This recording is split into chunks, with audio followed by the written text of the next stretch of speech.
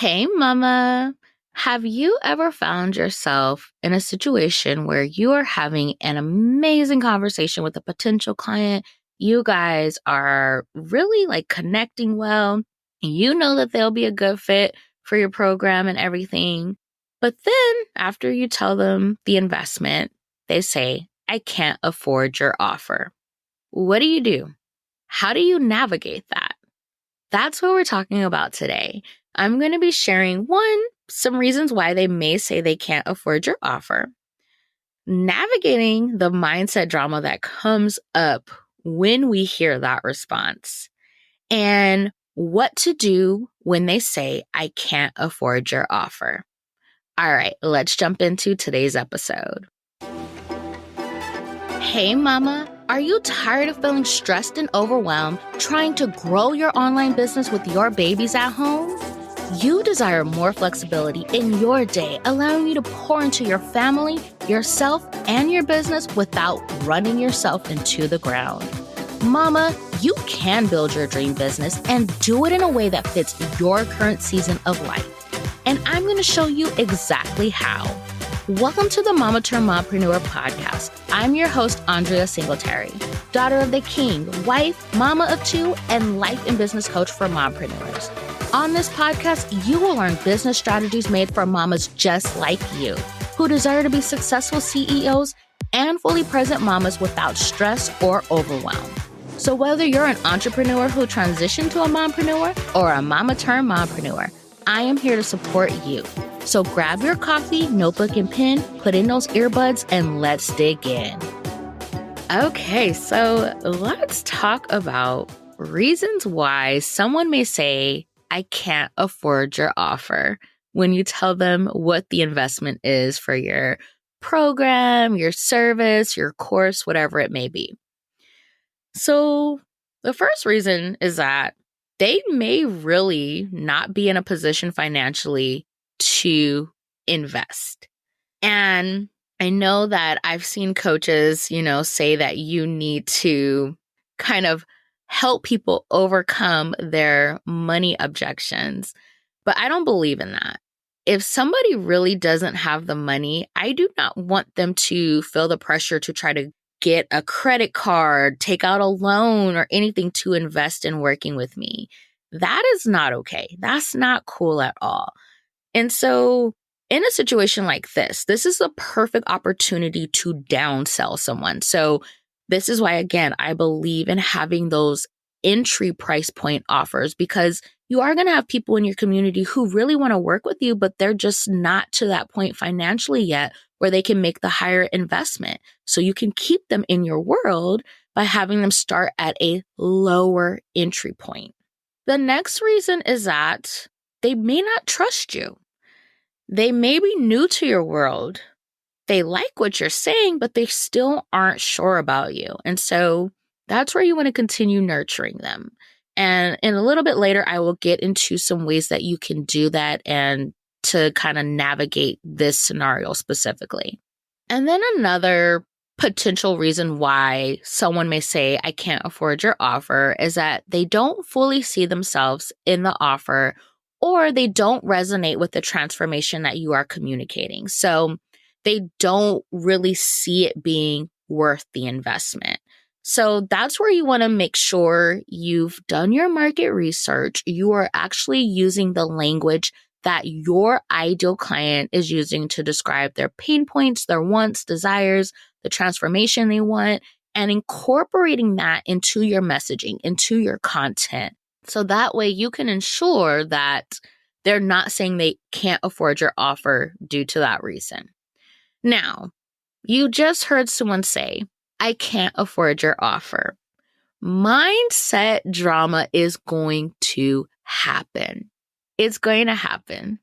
And this is why in Life and Seasons coaching, one of the core areas we focus on is elevating your mindset, really being able to navigate these situations in a way that doesn't cause us to question our self-worth, cause us to question our offer, cause us to think that we are failing or doing all of the things wrong.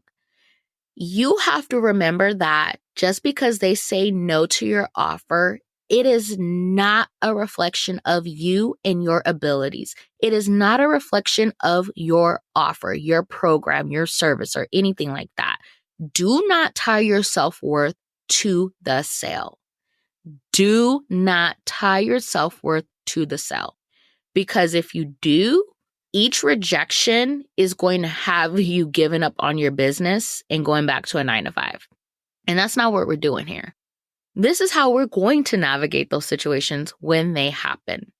When someone says, I can't afford your offer, you direct them to your email community, your long form content, something that's going to keep them in your world. If you're active on social media, direct them there to follow you on Instagram or whatever. But you want to keep them in your world so that way you can continue to nurture them and you can remain top of mind for them when they are ready to invest, when they are to that point where they are sick and tired of this specific problem that you can solve. And they're like, here, take my money so you can solve this problem for me or help me solve this problem. Now, this is why you want to make sure you have funnels set up, especially if you're driving them over to your email list, because you can basically put them through this welcome sequence that could eventually lead back to that specific offer they were initially considering. And by that point, they may be very well ready to invest. If not, you're again creating offer awareness around that offer and you're reminding them that, hey, I'm your go-to person for this. So when you're ready, I'm here. Also, if they are part of that group where they just don't trust you quite yet or they don't fully know you, you directing them to like your email community, your podcast, your YouTube channel, your blog, that's really going to allow them to get to know you better and earn your trust. And it just makes it so that you really can build that relationship with them. You can engage with them. They can get a better sense of who you are and how you support your clients and what it actually looks like and feels like to work with you and everything. So direct them somewhere. Don't just be like, okay, you're not interested. Be like, hey, you know what? I fully understand. You know what? I highly recommend you checking out my podcast, or I highly recommend you joining my email list. I share lots of tips and strategies related to this specific thing, so their specific problem that I think you will find really helpful and valuable, and leave it at that. Keep them in your world. And just to give an example, so like I had shared, I think I can't even remember what episode it was on, but I've had this happen where, someone joined my free challenge that I hosted back in 2023. And they stayed in my world. They continued to listen to my podcast. They continued to be on my email list. And then when they were ready to move forward with one of my offers, they filled out the contact form and we went from there. And so that is the importance of keeping people in your world instead of getting so focused on the fact that they said no, or I can't afford your offer, or not right now. Instead of taking that personally, keep them in your world. If you have a, value packed free resource, offer that. If you have a, entry point offer that maybe is more within their budget, recommend that. Like I said, downsell them. You have options. So don't just get so fixated on the fact that they said no, or not right now, or I can't afford your offer. And instead, look at how you can support them where they're currently at. Because the fact that you even got to the point where you were having that conversation about them possibly investing in this higher ticket offer means that there's some interest there, means that you captured their attention. So don't negate all of that. Don't ignore all of that and get so caught up in your feelings because they said no or not right now. Okay? You really got to work through the mindset stuff there, because literally you can miss out on a huge opportunity because it can eventually lead to them investing in your higher offer. And if you let that mindset drama hold you back, that's leaving money on the table in a sense. And I don't want to like talk about people that way, like saying like they're money on the table, but they connected with you for a reason. You are having conversations, whether that's via the DMs, email, or whatever, getting on a sales call. Like they took those initial steps for a reason because something you said spoke to them. Something you said resonated with them. So don't forget that. But it really could be that it's just not a good time or they're not at that point yet where they can invest in the higher offer. They're not at that point in their business yet where they feel they need the higher offer. So downsell them or direct them to your free high value resources. So that way you can continue to nurture them. They can still get a taste of what it's like to work with you. And when they're ready, they will reach out.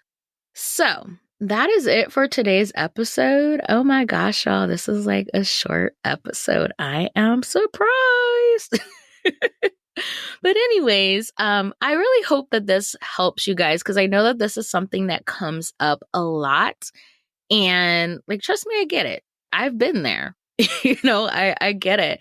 But it's like we can't allow that to cause us to just completely pump our brakes and be like, oh, my business is trash. Let me just burn it down. No, don't do that. You can be strategic with navigating these types of situations that will lead to a sell later on. Okay? Don't give up. All right. That is it for this episode. I will catch you in the next one, Mama. Well, Mama, that's a wrap on today's episode. Thank you so much for taking time out of your busy day to hang with me. If you enjoyed today's episode, will you do me a favor and follow the podcast and leave a review? Hitting that follow button and sharing your thoughts about the podcast are the best ways to ensure that other mamas like you find this show. Your review also lets me know if you're enjoying this podcast, so make sure to share your thoughts before you go. All right, Mama, I'll catch you in the next episode.